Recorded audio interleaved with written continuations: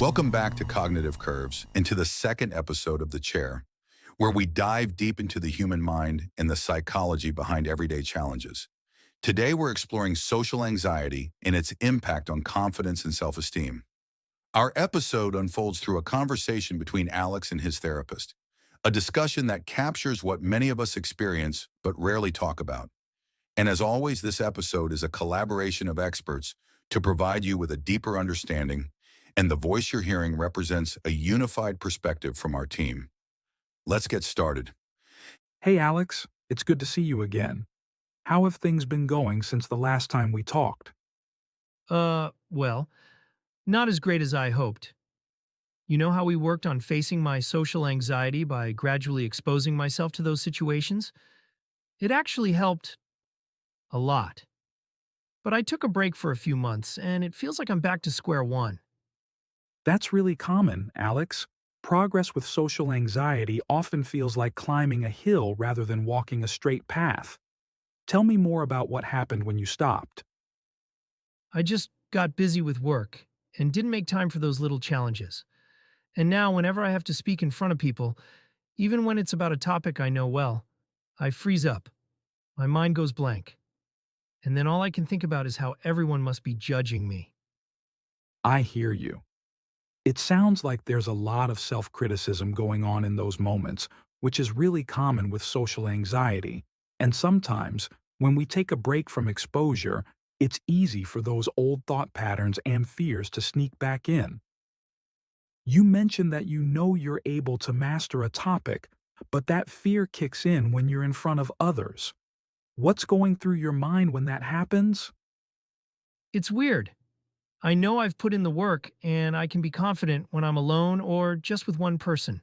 But the minute there's a group or a few strangers, I start worrying about what they think. It's like I doubt my own knowledge. It's interesting, isn't it? Confidence in our knowledge doesn't always translate to confidence in communicating that knowledge. Part of this is self-esteem, and the other part is the narrative we tell ourselves about being judged by others. Social anxiety has a sneaky way of amplifying that narrative. So, does that mean my self esteem isn't strong enough? Not necessarily. It means your self-esteem might be conditional right now, relying on external validation.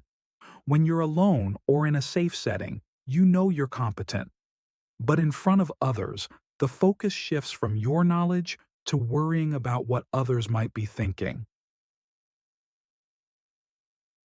Let's go back to the exposure exercises. Remember, when you were progressively challenging yourself, you weren't just building confidence in handling those situations. You were rewiring your brain to see them as safe, less threatening.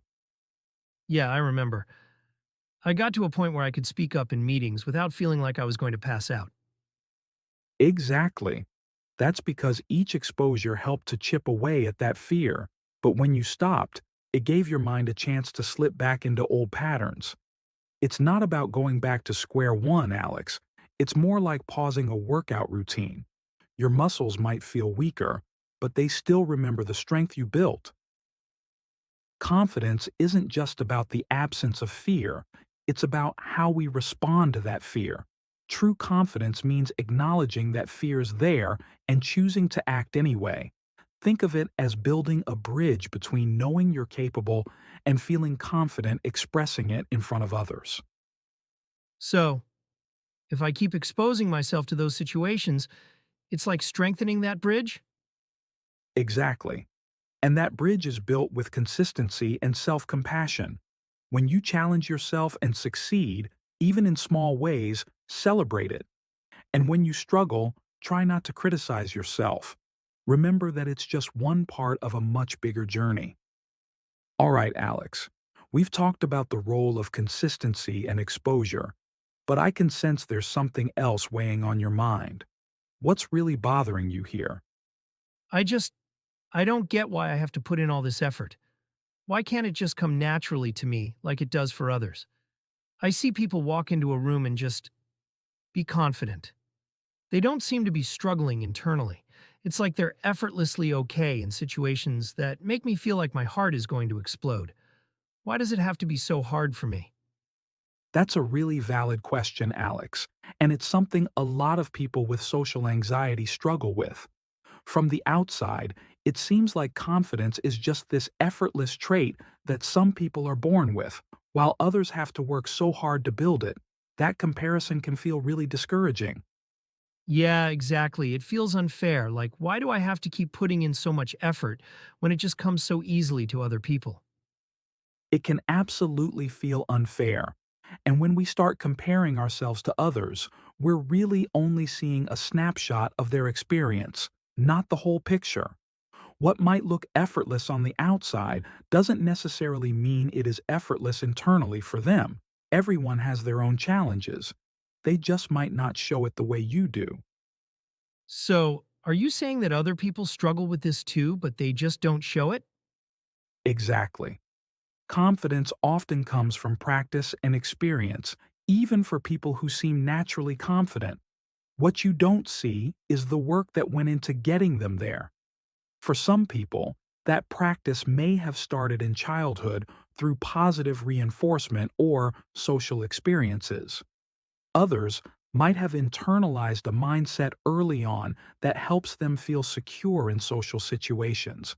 But that doesn't mean they never put in the effort.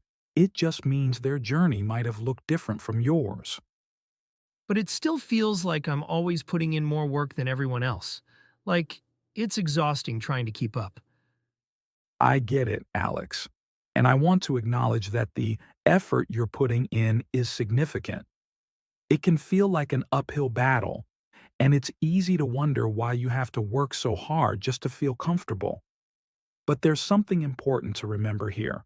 The fact that you're putting in the effort despite how hard it feels speaks volumes about your resilience and determination.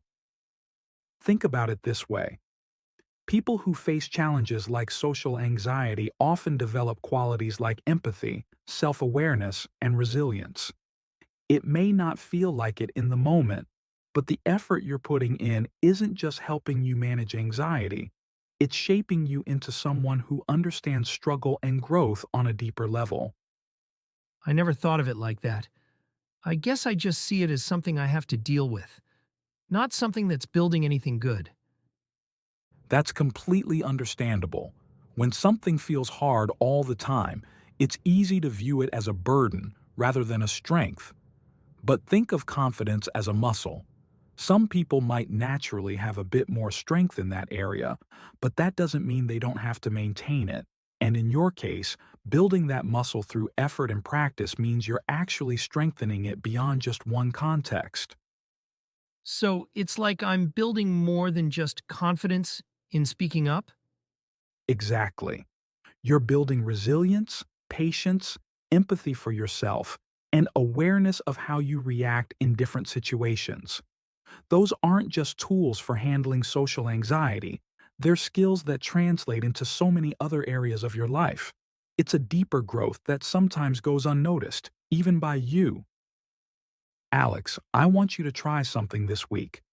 When you notice yourself thinking about how hard you're working compared to others, shift the focus from, why is this so much effort, to, what am I building through this effort? Ask yourself, how am I growing as a result of this challenge? That doesn't mean it won't still feel difficult at times, but it might help you start recognizing the bigger picture of what you're creating. That makes sense. It's not just about making it easier, it's about seeing what all this effort is actually for. Exactly. And remember, progress doesn't always mean feeling less anxious. It can also mean becoming more aware of your triggers, more compassionate with yourself, and more willing to take those small steps forward. Alex, there's nothing wrong with needing more practice. In fact, it's a sign of your dedication to becoming the person you want to be, even when it's hard.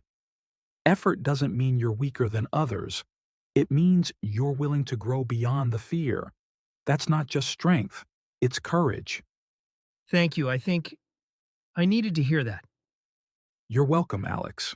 Remember, every step you take counts, even the small ones. You're on the right path.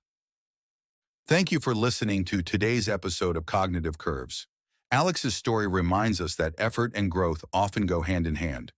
If you've ever felt overwhelmed by having to work harder than others, just know that you're not alone. And that effort, it's not just a struggle, it's a sign of courage and resilience. If you found today's discussion helpful, please consider subscribing and sharing this episode with someone who might need it.